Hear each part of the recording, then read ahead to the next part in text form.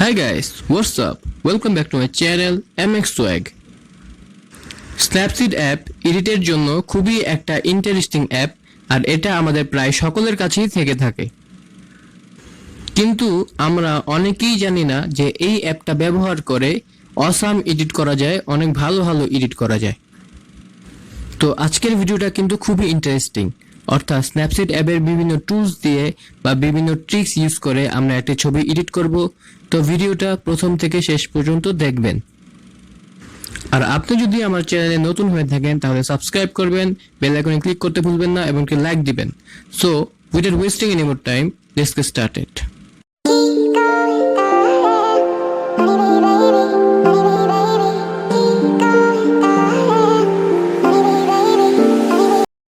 আমরা স্ন্যাপসিড অ্যাপটি ওপেন করে নেব। স্ন্যাপসিড অ্যাপটি ওপেন করলে এরকম একটা ইন্টারফেস খুলে যাবে।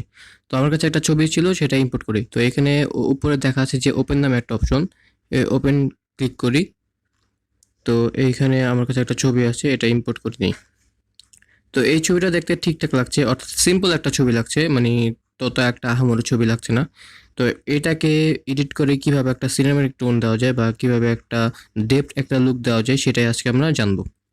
তো এটার টিউটোরিয়ালে আজকে। তো আপনারা এডিট করার আগে আগে যে ছবিটা এডিট করছেন সেটা একটা মাইন্ড সেট আপ করে নেবেন যে এই ছবিটাকে আপনারা কী ধরনের লুক দিতে চান। ওকে, তো আমরা ফার্স্ট স্টেপে করব, এখানে পেন্সিলের মতো যে আইকনটা আছে এখানে ক্লিক করব। ক্লিক করার পর নিচে স্ক্রল করব।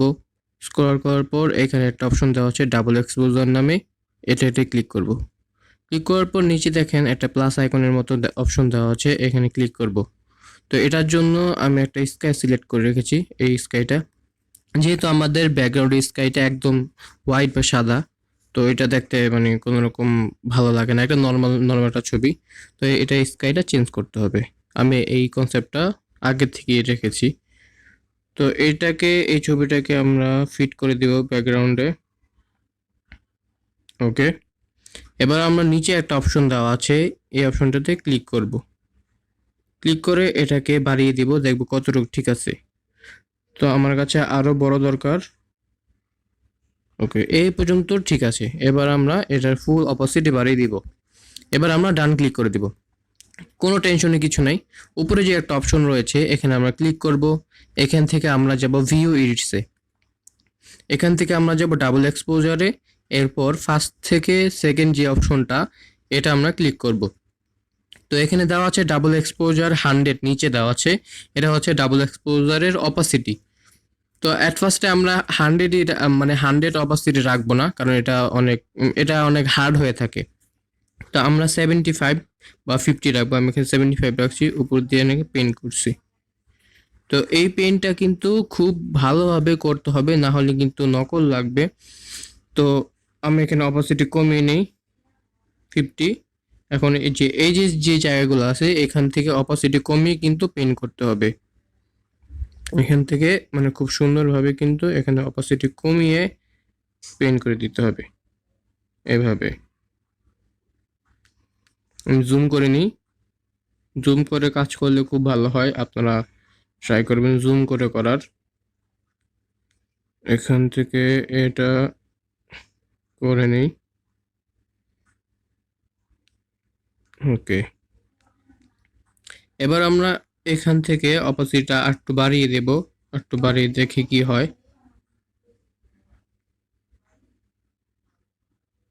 এখানে হয়ে গেছে।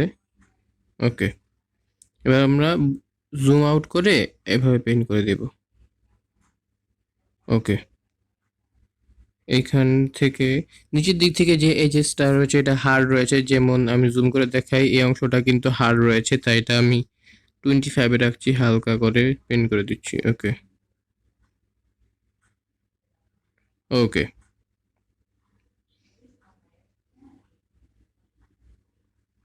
ওকে, এটা এখন পুরোপুরিভাবে ঠিক হয়ে গেছে। এবার আমরা ডান করে দিব। তো ব্যাকগ্রাউন্ডে দেখতেই পাচ্ছি যে ব্যাকগ্রাউন্ডটা কিন্তু বা স্কাইটা কিন্তু ফিট হয়ে গেছে। ওকে, এখন নেক্সট স্টেপ কি? নেক্সট স্টেপ যে আমরা পেন্সিল আইকনে ক্লিক করব। ক্লিক করার পর এখানে একটা অপশন দেওয়া হচ্ছে কার্ভস নামে, কার্ভস টুলে ক্লিক করব। তো ক্লিক করার পর এইখানে আমরা এই অপশনে যাব। এখানে দেওয়া হচ্ছে RGB red, green, blue, luminance. এখানে আমাদের সবগুলোতেই কাজ করতে হবে।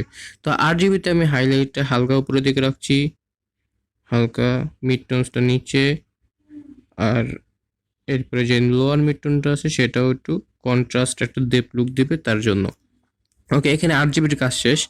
এরপর রয়েছে যে রেডের টোন। রেড টোনের কার্ভটা আমরা হালকা উপরের দিকে দিব, কারণ উপরের দিকে দিলে কিন্তু আমাদের স্কাইয়ের সাথে একটা কালার ম্যাচ হচ্ছে তাই। এরপর আমরা যাব গ্রিনে। গ্রিন থেকে আমরা দেখি কোনটা ভালো লাগে, গ্রিনেরটা নিচে রাখবো, কারণ ওভারঅল একটা ইফেক্ট দেয়, স্কাইয়ের সাথে মিল রাখে, তো এটার জন্য আমরা নিচে রাখবো। এরপর যাব আমরা ব্লুতে। ব্লুতে আমরা রাখবো আপে, হাইলাইটটা আপে রাখবো। আর এইখানে যে একদম লাস্টে যে অপশনটা রয়েছে বা পয়েন্টটা রয়েছে সেটাকে আমরা হালকা ডিক্রিজ করে দিব। ওকে, এইখানে এতটুকু ডান। তো এরপরে আমাদের নেক্সট ইমেজে পেন্সিল আইকনে যাব, এখান থেকে টিউন ইমেজে যাব, টিউন ইমেজ থেকে এই অপশনটাতে যাব। এরপর স্ক্রল করলে এখানে দেখা যাচ্ছে যে ব্রাইটনেস, কন্ট্রাস্ট, স্যাচুরেশন এগুলো অপশন দেখা যাচ্ছে। তো আমরা ব্রাইটনেসে গিয়ে এটার হোল ব্রাইটনেসটা কমিয়ে দিব। ওকে, এটাতে টেনশনের কোনো কিছু নেই, আপনারা দেখতে থাকেন, মানে হোল ব্রাইটনেস কিন্তু কমবে না।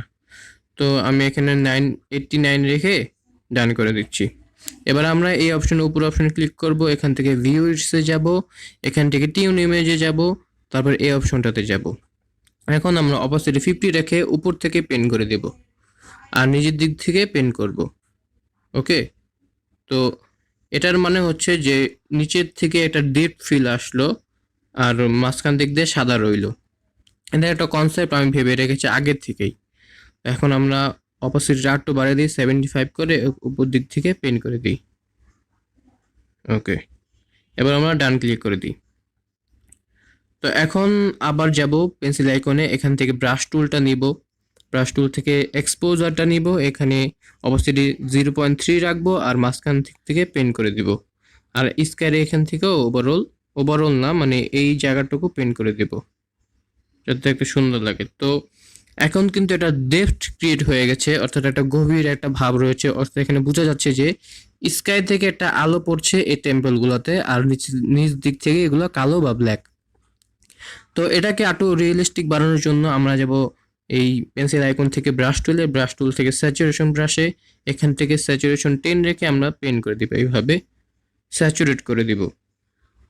এই জায়গাগুলো আমরা যদি স্যাচুরেট করে দিই তাহলে কিন্তু দেখতে সুন্দর লাগবে বা একটা রিয়েলিস্টিক একটা ভাইব চলে আসবে।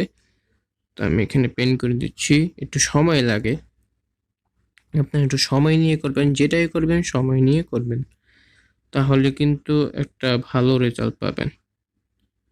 ওকে, এবার আমরা এখান থেকে হালকা একটু পেন করে দিই।